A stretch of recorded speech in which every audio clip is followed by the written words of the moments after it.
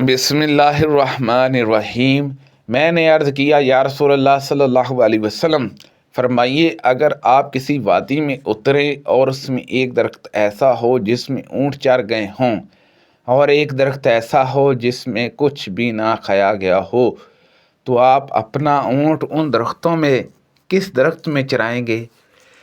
نبی کریم صلی اللہ علیہ وسلم نے فرمایا کہ اس درخت میں جس میں سے ابھی چرایا نہیں گیا ہو۔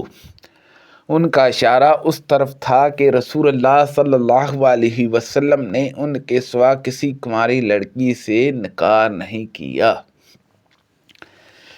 رسول اللہ صلی اللہ علیہ وسلم نے فرمایا کہ عائشہ، مجھے خواب میں 2 مرتبہ تم دکھائی گئی۔ ایک شخص جبرائیل علیہ السلام تمہاری صورت ہرجاہ کے ایک ٹکڑے میں اٹھائے ہوئے ہیں اور کہتا ہے کہ جی آپ کی بیوی ہے۔ میں نے جو اس کپڑے کو کھولا تو اس میں تم تھی۔ میں نے خیال کیا کہ اگر یہ خواب اللہ کی طرف سے ہے تو وہ اسے ضرور پورا کر کے رہے گا۔ ہم نبی کریم صلی اللہ علیہ وسلم کے ساتھ ایک جہاز سے واپس ہو رہے تھے۔ میں اپنے اونٹ کو جو سست تھا تیز چلانے کی کوشش کر رہا تھا۔ اتنے میں میرے پیچھے سے ایک سوار مجھ سے آ کر ملا اور اپنا نیزہ میرے اونٹ کو چبا دیا۔ اس کی وجہ سے میرا اونٹ تیز چل پڑا، جیسا کہ کسی عمدہ قسم کے اونٹ کی چال تم نے دیکھی ہوگی۔ اچانک نبی کریم صلی اللہ علیہ وسلم مل گئے۔ نبی کریم صلی اللہ علیہ وسلم نے دریافت فرمایا، جلدی کیوں کر رہے ہو؟ میں نے عرض کیا، ابھی میری شادی نہیں ہوئی ہے۔ آپ صلی اللہ علیہ وسلم نے دریافت فرمایا کہ کنواری سے یا بیوہ سے؟ میں نے عرض کیا کہ بیوہ سے۔ نبی کریم صلی اللہ علیہ وسلم نے اس پر فرمایا کہ کسی کنواری سے کیوں نہ کی، تم اس کے ساتھ کھیل کود کرتے اور وہ تمہارے ساتھ کرتی۔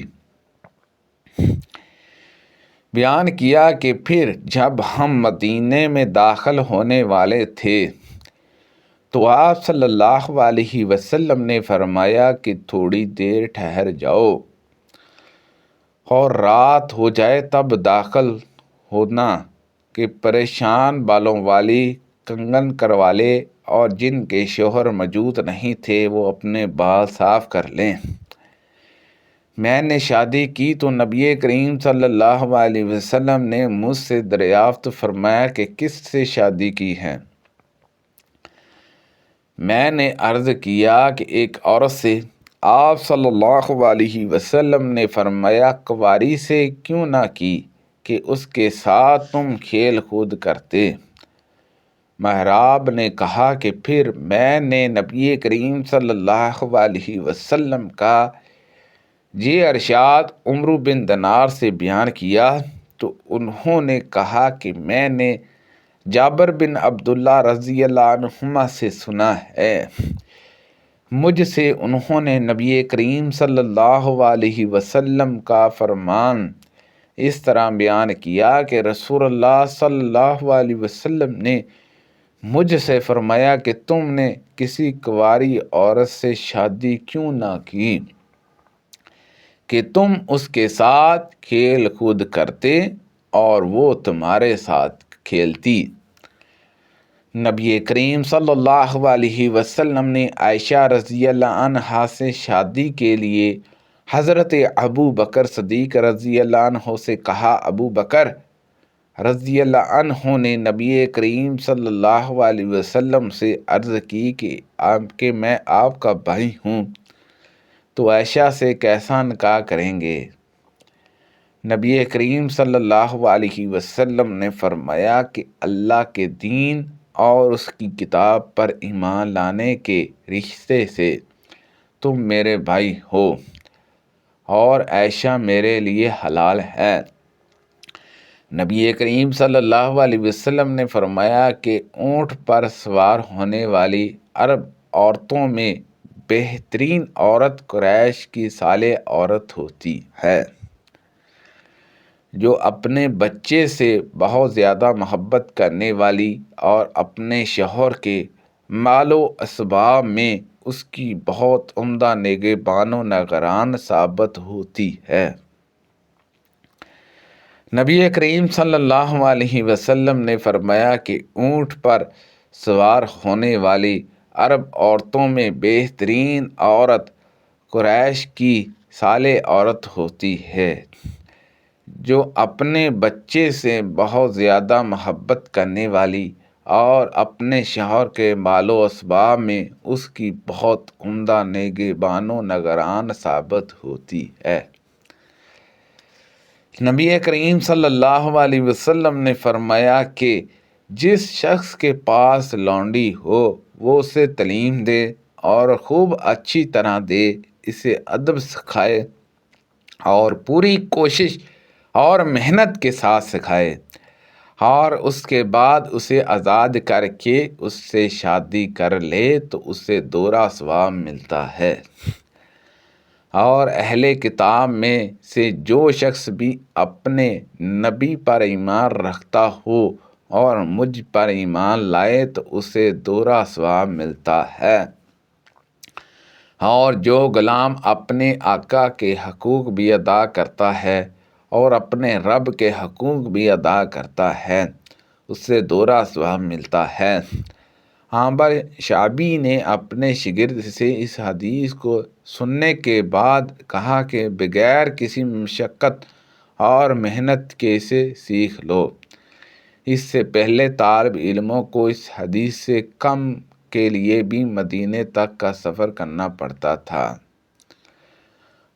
اور ابو بکر نے بیان کیا ابو حسان سے، انہوں نے ابو بردہ سے، اس نے اپنے والد سے، اور انہوں نے نبی کریم صلی اللہ علیہ وسلم سے کہ اس شخص نے باندی کو نکاح کرنے کے لیے آزاد کر دیا اور یہی آزادی اس کا مہر مقررہ کی۔ نبی کریم صلی اللہ علیہ وسلم نے فرمایا، دوسری سند ہم سے سلیمان بن حرب نے بیان کیا، ان سے حماد بن زید نے، ان سے ایوب سختانی نے، ان سے محمد بن سرین نے، اور ان سے حضرت ابو ہریرہ رضی اللہ عنہ نے کہ ابراہیم علیہ السلام کی زبان سے 3 مرتبہ کے سوا کبھی دین میں جھوٹ بات نہیں نکلی۔ ایک مرتبہ آپ ایک ظالم بادشاہ کی حکومت سے گزرے، آپ کے ساتھ آپ کی بیوی سارہ علیہ السلام تھیں۔ پھر پورا واقعہ بیان کیا کہ بادشاہ کے سامنے آپ نے سارہ علیہ السلام کو اپنی بہن یعنی دیدی بہن کی کہا۔ پھر اس بادشاہ نے سارہ علیہ السلام کو ہاجرہ کو دے دیا۔ بی بی سارہ علیہ السلام نے حضرت ابراہیم علیہ السلام سے کہا کہ اللہ تعالیٰ نے کافر کے ہاتھ کو روک دیا اور ہاجرہ کو میری خدمت کے لیے دلوا دیا۔ حضرت ابو ہریرہ رضی اللہ عنہ نے بیان کیا کہ اے آسمان کے پانی کے بیٹو یعنی اے عرب والو، یہی ہاجرہ علیہ السلام تمہاری ماں ہے۔ نبی کریم صلی اللہ علیہ وسلم نے خیبر اور مدینے کے درمیان 3 دن تک قیام کیا اور یہی ام المومنین صفیہ بنت حییٰ رضی اللہ عنہا کے ساتھ خلوت کی۔ پھر میں نے نبی کریم صلی اللہ علیہ وسلم کے ساتھ کے ولیمے کی مسلمانوں کو دعوت دی۔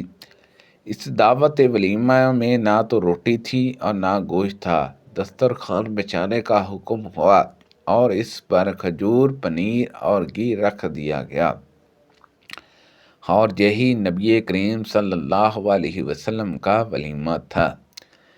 بعض مسلمانوں نے پوچھا کہ صفیہ امت المومنین میں سے ہیں، یعنی نبی کریم صلی اللہ علیہ وسلم نے ان سے نکاح کیا ہے یا لونڈی کی حیثیت سے آپ نے ان کے ساتھ خلوت کی ہے؟